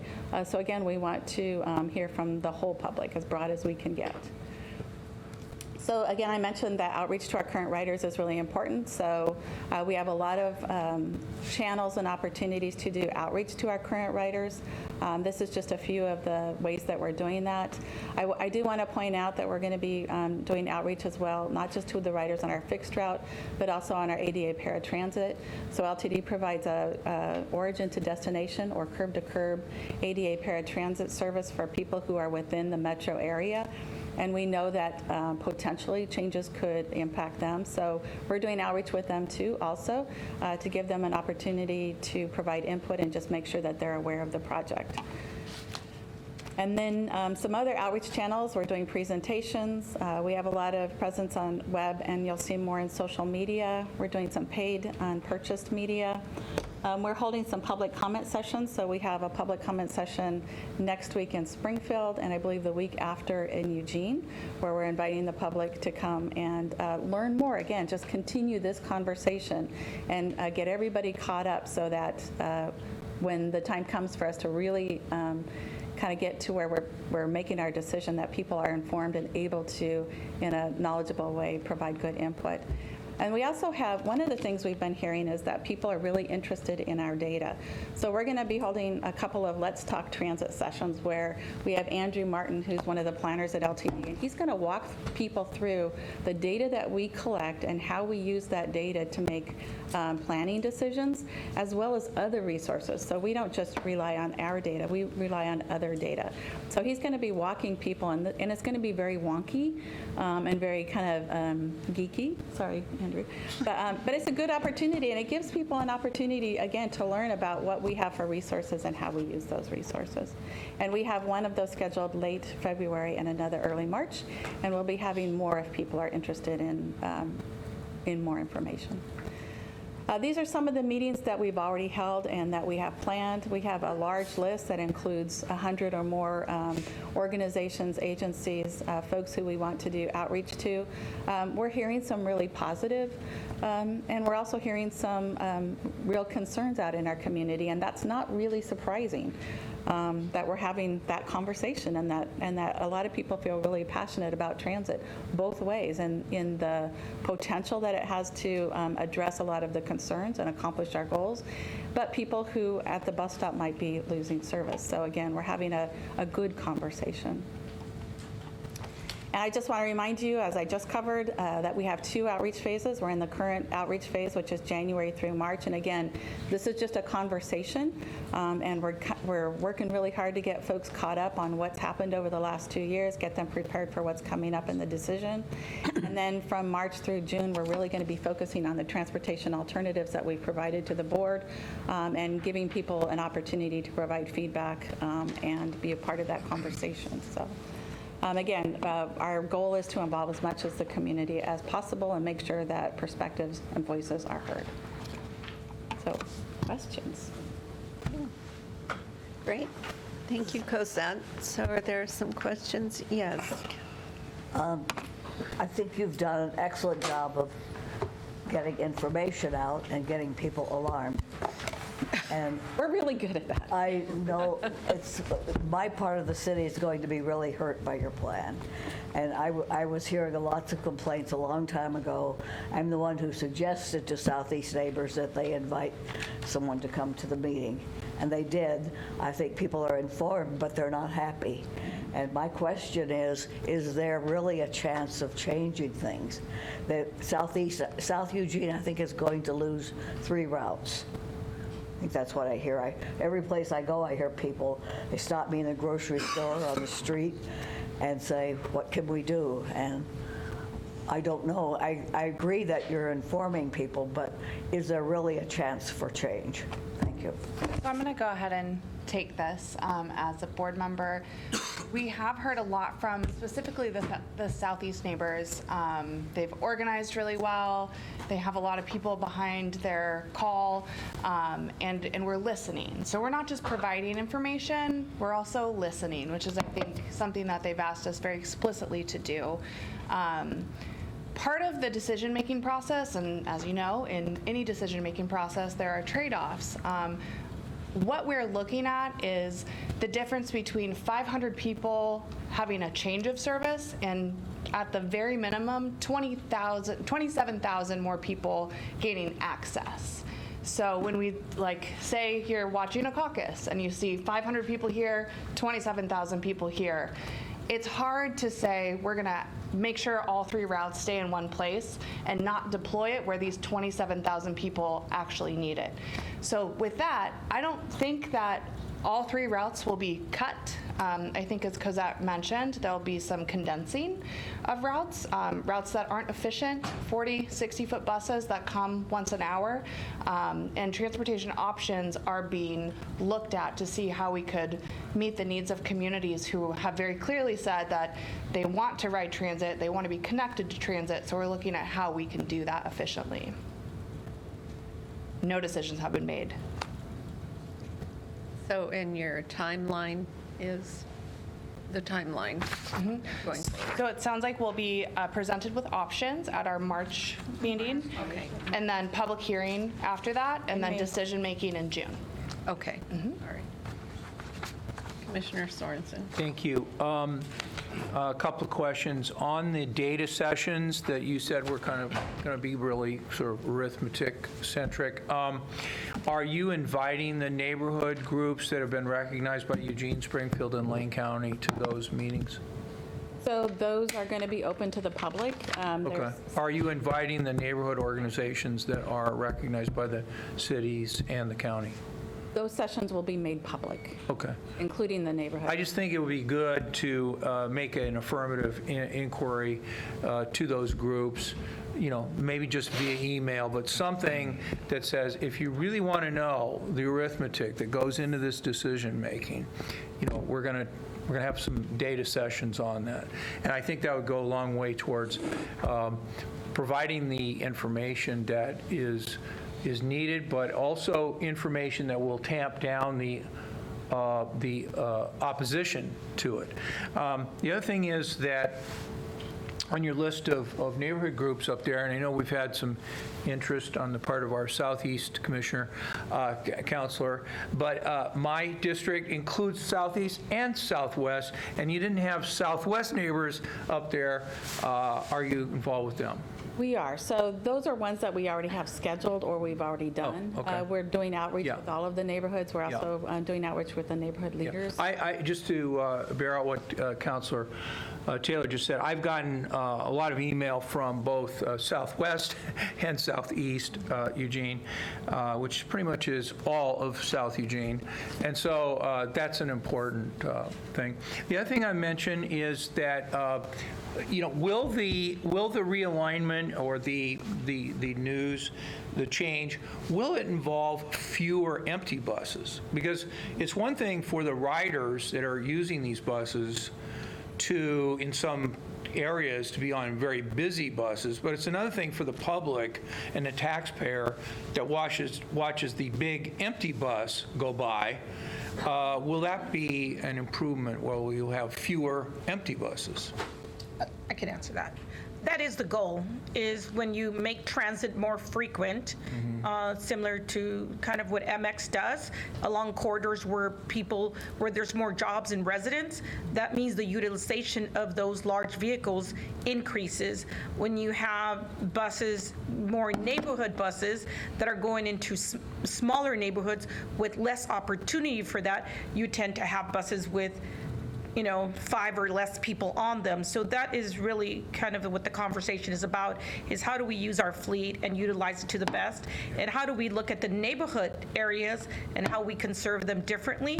Maybe not with a 40-foot bus, but really looking at what mobility challenges are in those specific neighborhoods and how we can connect them to the places they want to go, like jobs and schools, and how do we get them also into the main network so that when they get into the main system, it's only every 10 minutes, it's moving every 10 or 15 minutes. So yes, that is the goal. It's not part of the public transit ideology, but wouldn't it be cheaper just to make a contract with an organization that would just go out and find constituents of Commissioner Sorensen and Councilor Taylor and just take them to where they're going, rather than sending a 40-foot bus there once an hour to take 4 people? Wouldn't it be cheaper just to have LTD, Uber, just to coin a phrase, where people who need ADA accessible transportation, to have those folks moved and moved at their need, at the time they need it, be a lot cheaper than sending these large empty buses. And I think that is, that is not the specific solution, but those are some of the solutions that we're looking at, what other mobility alternatives can assist people in moving differently, and the possibility, and the board has not made a decision yet, of no longer deploying our buses in areas in which the buses do not have, I think, a certain level of passengers. But it's a community conversation because the people that are riding that bus, even if they're few, they're important people. They're riding it because they need it. So we don't want to not acknowledge that there are still mobility concerns that we need to address over the long run. The transit tomorrow is we can't even begin doing looking at those needs until you right-size kind of your larger vehicles. But there are concerns. So in our original recipe for our system, we asked that 5% of our percentages of like frequency and coverage be left aside so that we could look at different mobility options specifically for neighborhoods to get passengers into our frequent transit system. Period. Not to take them from their house to work and pay for their Uber ride at a lower cost, but really to make it an all-inclusive system where it's seamless from getting into whatever that ride share is to the transit system, and then your day is spontaneous from there. And you don't have to rely on half-hour or hour bus service on a regular basis to get where you need to be. And I think that freedom is really exciting. The unfortunate part is that message doesn't seem to be penetrating into the conversation with a lot of people who are really scared about losing the transit service in their neighborhoods. And so that's why we're having these conversations. Is Whitaker a part of your group too? Yes. I've gotten some emails from Whitaker as well. So to move the conversation along, there are public input places that are coming up, and ensure as many as possible are informed so that there's opportunities for them to give input. Councillor Taylor. I know you don't want to keep talking about this, but being informed doesn't satisfy you. What people want is transportation. If buses go once an hour, there will be more empty ones because you can't afford to go barely miss one and wait an hour. And I hear from a lot of people with mobility issues, but that isn't all. There are students, there are young kids who need to ride a bus. And you're not only giving them a way to get to school or wherever they're going, you're also cultivating new bus riders if they get in the habit. Otherwise, they won't. And we are helping the climate if we stop kids, teenagers from driving cars. If they have to wait an hour for a bus or walk really far to get on a bus, they're not going to take a bus. I've had people tell me, why don't you take MX if you don't want to drive somewhere because it's hard to park? I say, I'd have to walk 3.5 miles to get to it. So I may as well walk all the way. Thank you. All right. So keep us informed. May I Thank you. say- Going. Yes. Yes. No, then that's it. I'm sorry. I'm learning that different industries have different vocabularies. What is a ridership? This is the naive question of the day. What is the ridership model versus any other model that guides public transportation? You want me to answer that? Go ahead. Okay. There's ridership and coverage. The difference between the two is, one, you're not looking at trying to move massive amounts of people. You're trying to travel further and reach more geographical area. So when we talk about a ridership model, we're looking at dense housing and dense job where people work, because that's where people tend to repetitively go, and we're trying to get more people to use the existing structure. Coverage means we go to a lot of places. So those are the two models. Less often. So obviously, you hybridize them, right? I mean, obviously, you're right. And there's a balance, yes. yeah, that's what I meant. I didn't say that. And one of the things on the LTD Strategic Planning Committee that came up Monday, or whenever it was looking at this also as a platform versus just operating assets. And I think that there's a tremendous amount of potential in terms of the body's artery of blood, right? They get smaller and smaller, but that blood is providing life to every part of your body. I'm sure you're looking at that, and I want to encourage LTD to look at the platform as we move into the future so that you're integrating carpooling.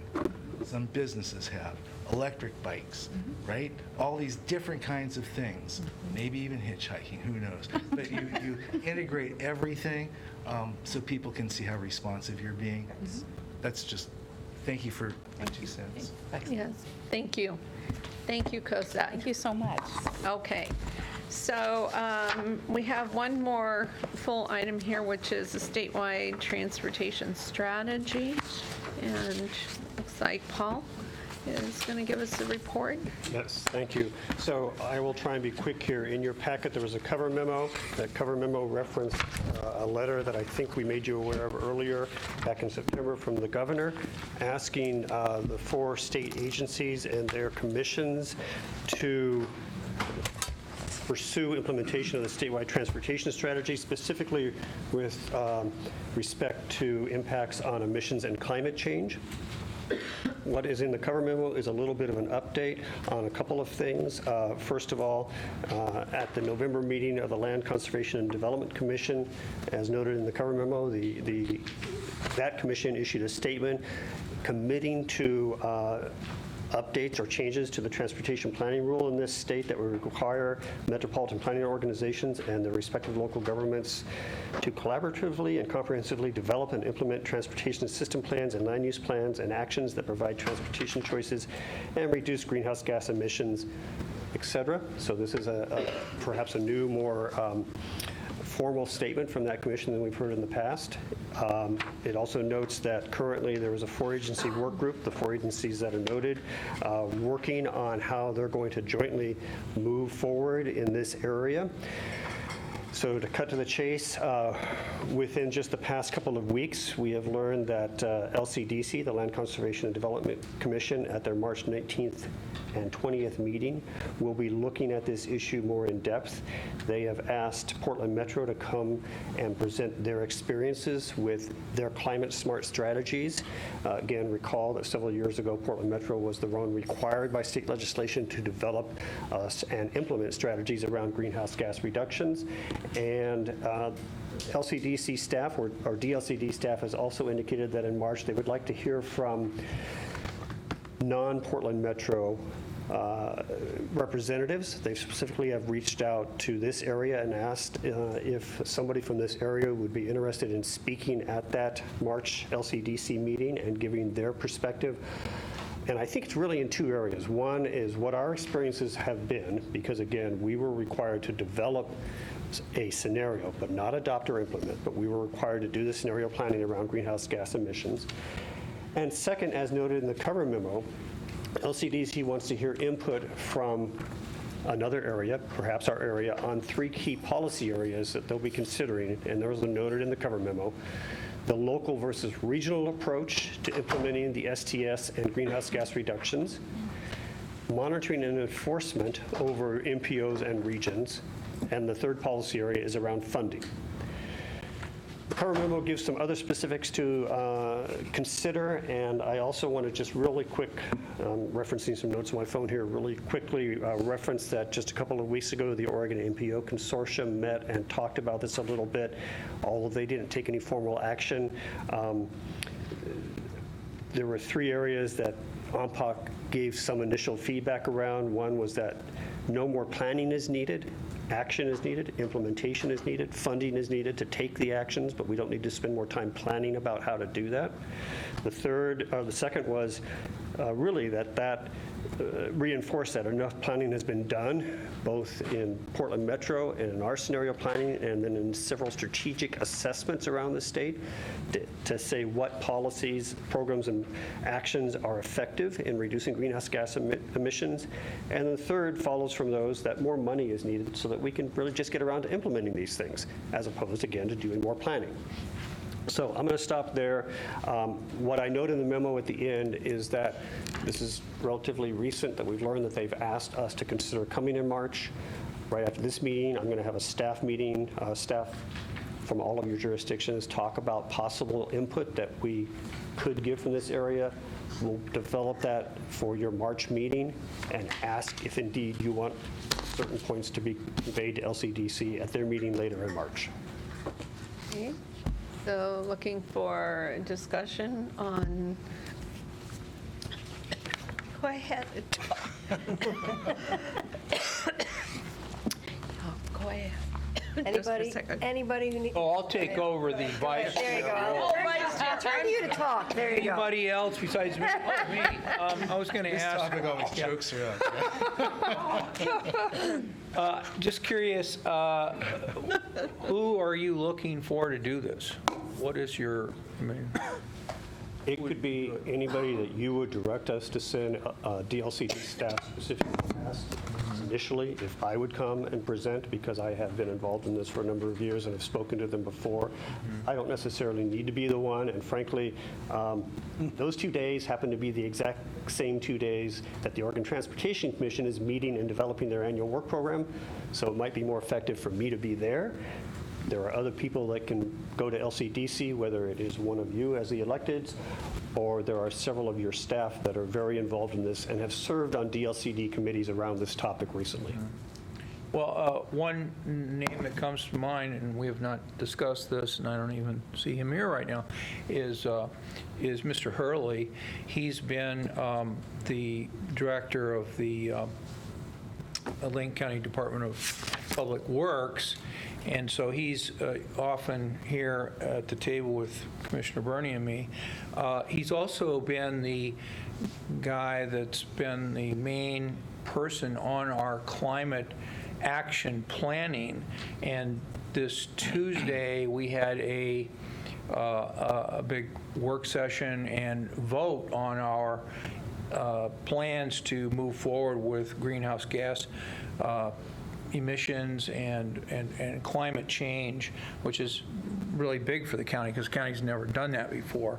So Mr. Hurley has been at the forefront of that. So not only does he have... Plus, he's not here. So. He's not here, and that's another, real drawback to him, but for not being here. But I don't know. I think he's a bright guy, and he's been at the forefront of this, and just...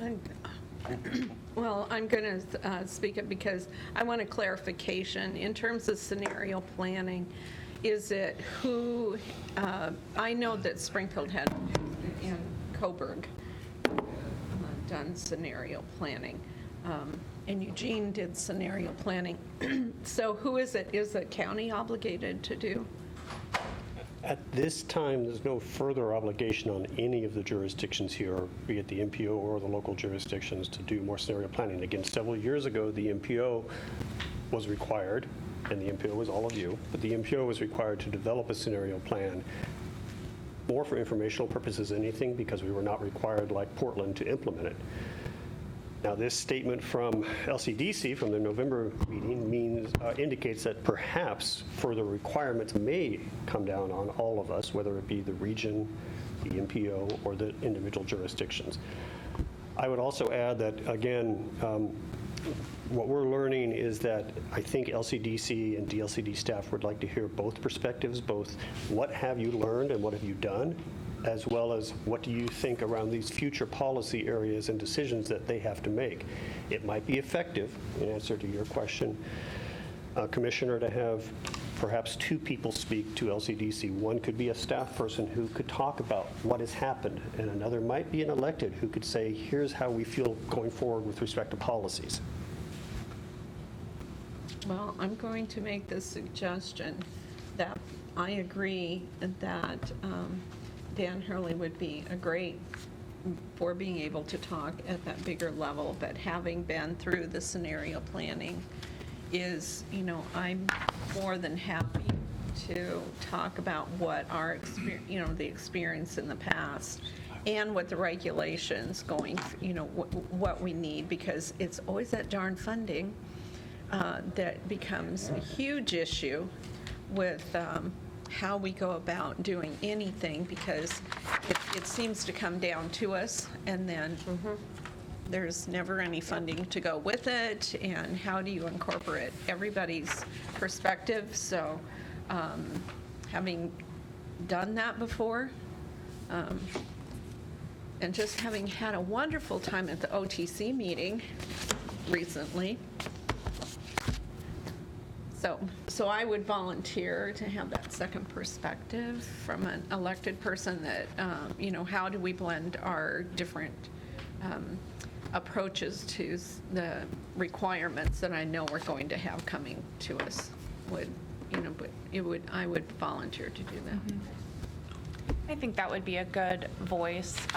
There's a lot of diversity, I think, in both perspectives from the county and from the city of Springfield, and that is not the perspective that will be given from Metro. Yeah. Commissioner Byrne. 2 points. I'm good with whoever goes, but I just want to add 2 points. One, this is very government-centric, as I'm sure it should be. But as someone that from the private sector made money by creating more, not in the transportation sector, but by looking at greenhouse gas emissions and decreasing them by creating net zero and net zero plus facilities and turn to profit while doing it, I would just, in all this planning, want to suggest that you achieve that pivot point of change in any area, especially dealing with carbon emissions, when the private sector finds that it's in its interest to invest its dollars, and the government sector really needs to look at how do we incent, what's the strategic, with the least amount of public money, incent massive private investment. I think that this sector ought to look at that too. And then the other point I just wanted to make, because I think it's relevant, is that Mr. Hurley also has degrees in earth sciences. He has been chomping at the bit for Lane County to initiate a pragmatic, more sort of look at mitigating carbon emissions and climate, and for everyone's benefit. Just to let you know, the first step is internally for the county, in terms of internal operations, and the right kinds of reporting methodologies and monitoring methodologies. And the second phase of that will be county-wide, which means the county has to coordinate with all of the municipalities and with LTD and with a variety of other business entities, if in fact we're all on the same page looking at the same thing. And so I think Dan would be an excellent choice, not just in terms of information, but strategically as we all move forward. Thank you. Matt? Yeah, I just wanted to say if Dan is selected, I think we're happy to talk with them to have staff collaborate and share Eugene's experience. The scenario planning is a strong piece of a strong tool that we've used to understand how our transportation system plan is going to impact our work towards our climate recovery ordinance. So we're happy to work with Dan so he can represent that piece of I think that kind of outgrowth of the scenario planning and how it's working into our planning going forward. How LTD will become net zero. Yeah, go ahead, Paul. So again, just to maybe wrap up and clarify a few things. It's changed once or twice already, but we believe this is going to be on the second day of their meeting on Friday, March 20th. So if you're volunteering, you might want to note that. Staff will again, as I said, over the next month, develop potential input or ideas for what we believe from all of your staff could be comments for one or more of the people to speak to. What we've been invited to do is have people be speakers on the agenda during the item, but of course anybody else can come and give public comment at that LCDC meeting. And then the last thing is we will be able to come back to you at your March MPC meeting, which will both be right before the LCDC meeting and will be right after the legislative session ends, and there could be some legislation around carbon that does or does not pass and may have some impact on comments. So, well, I agree with Kate that if we don't have our own strong voice, Metro will definitely supersede anything that we want to do, because they just write a letter, and somehow or another they tie up everything for the entire state for us. So it would be important that we have a strong voice at the table. Okay, great. Is that it for that? Thank you. Okay, wonderful. Thank you, Paul. Okay, and with that, we have follow-up next steps. So, ODOT update, I think.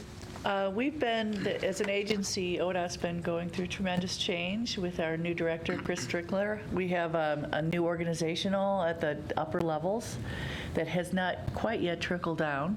But I will tell you that we, under the director, or at the same level of the director, is audit services. So that's kind of about answering your question about change orders, Commissioner Burney, and how we're doing our business and all that audit business. There'll also be an assistant director of social equity, which our Office of Civil Rights will be underneath. We'll also have an assistant director of revenue, finance, and compliance, and that is going to have Travis Brower, that many of you are familiar with. He'll be sitting on that. So think of that as all things revenue generating and compliance, about motor carrier, DMV, et cetera. And then there'll be an assistant director of government and external relations, and that's Lindsay Baker. She's our top government relations person, working really hard right now at the legislative session. And then lastly but not least is assistant director of operations, and that is going to be Cooper Brown, who's had a lot of organizational experience and has been the chief of staff for the OTC, but before that worked with the U.S. Department of Defense in the military, working at various levels around organizational change. And then just announced our transit director replacing Hal Gard. Hal was in charge of transit and rail, but they're separating rail away. So transit only will be Karen Criswell. She was just appointed this week, and she'll be in charge of public transportation. So that's basically in a nutshell. Lots of changes. Yeah. Does that include active transportation too? Yes, it does. But that organization hasn't been all laid out yet of how it's going to, all the sections underneath. But I understand that active transportation will be part of transit, yes. Okay, next, Springfield Main Street safety update. Yes, thank you. Project is on schedule. The team's currently analyzing different alternatives, including roundabouts. The consulting team has identified potential roundabout solutions at all of the major intersections. It's not a given that those will be selected, but there are roundabout options. There'll be an online open house in March and special meetings with property owners in April. Excuse me. Thank you. Rail? Seems like we. Yes. ODOT Passenger Rail Division has completed their sort of public outreach and information gathering. They expect to release the final EIS on the alternate routes for passenger rail later this year. And so when they do that, we'll bring it. Great. Well, we're looking forward to that because rail's been on the agenda for quite a while with no movement. Good deal. Just a question about the passenger rail. What is the current trend on that? Up, down, about the same? Nationwide or in the state? No, right here. Well, there's no funding, so that's an issue. But once the final EIS is released, then I would imagine that the state will look at whether or not it's feasible to choose a route and build out higher speed rail like the state of Washington is doing. Yeah, but my question is, what is the current usage? What is it?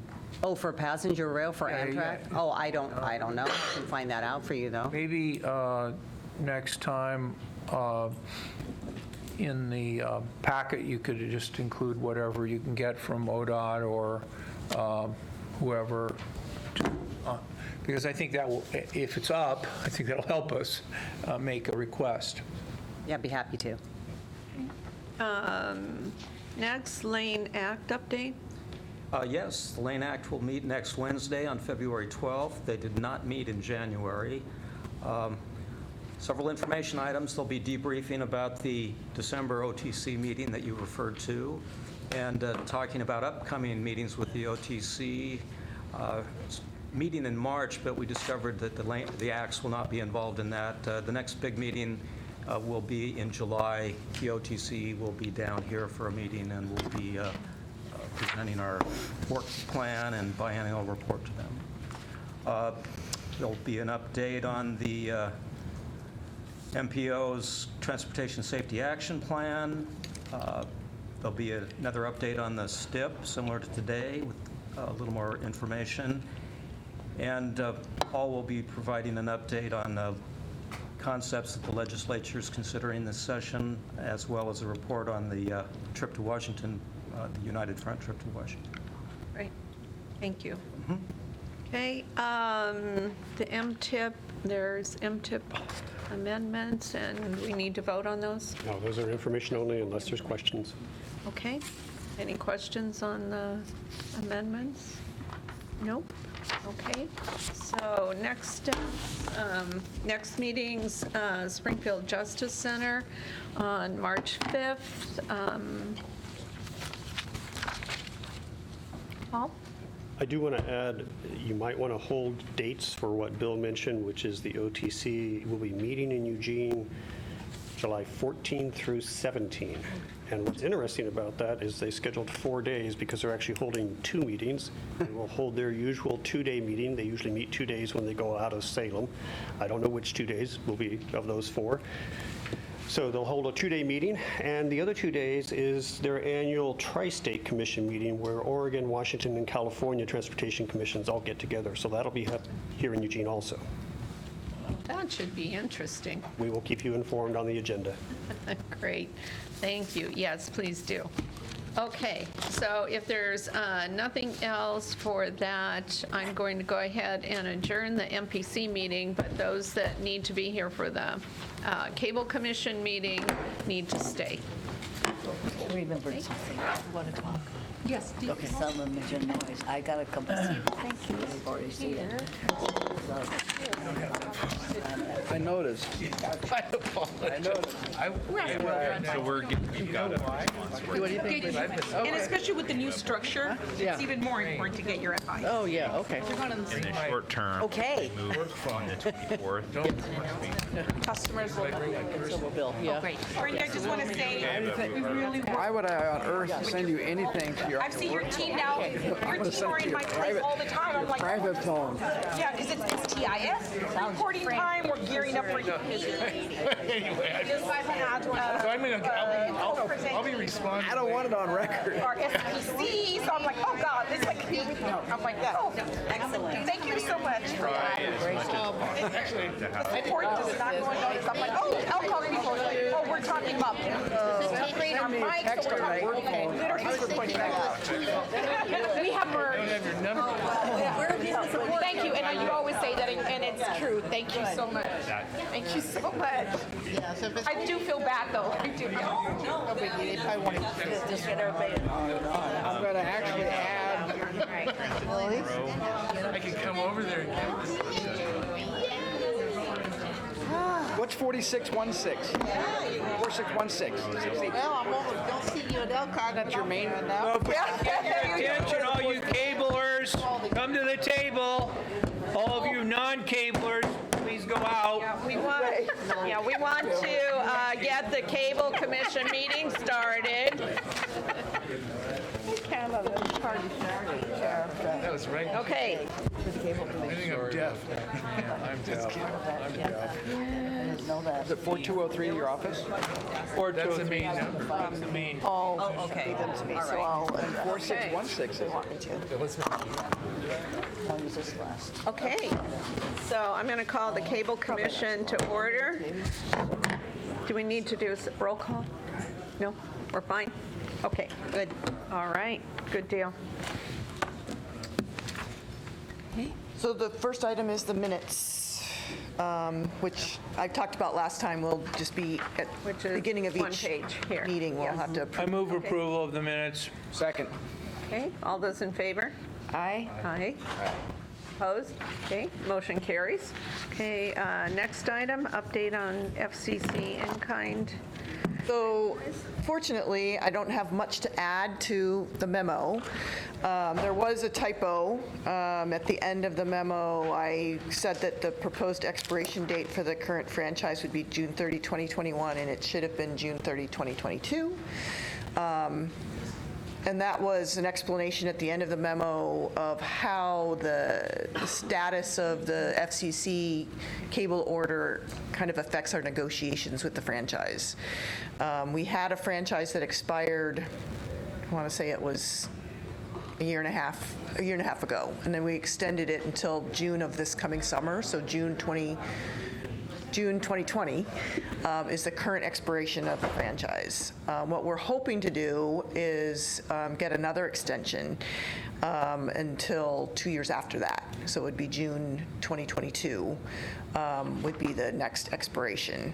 That the jurisdictions would have to go through their own processes of getting those extensions. I've put a word out to Comcast to see if they're amenable to just extending that, and I haven't heard back from them on that. So the memo explains kind of where we are with the FCC order. It's being challenged in court, and there's federal legislation addressing it. So we're just kind of waiting to see what happens. Which is why it makes it hard to kind of land on anything with the franchise renewal.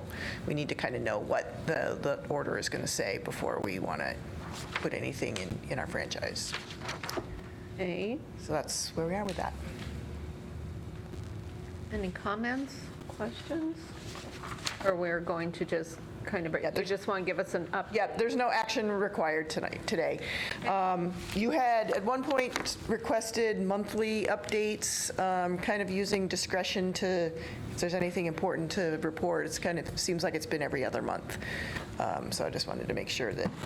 Yeah, I know I'm feeling informed enough that I'm frustrated other than that.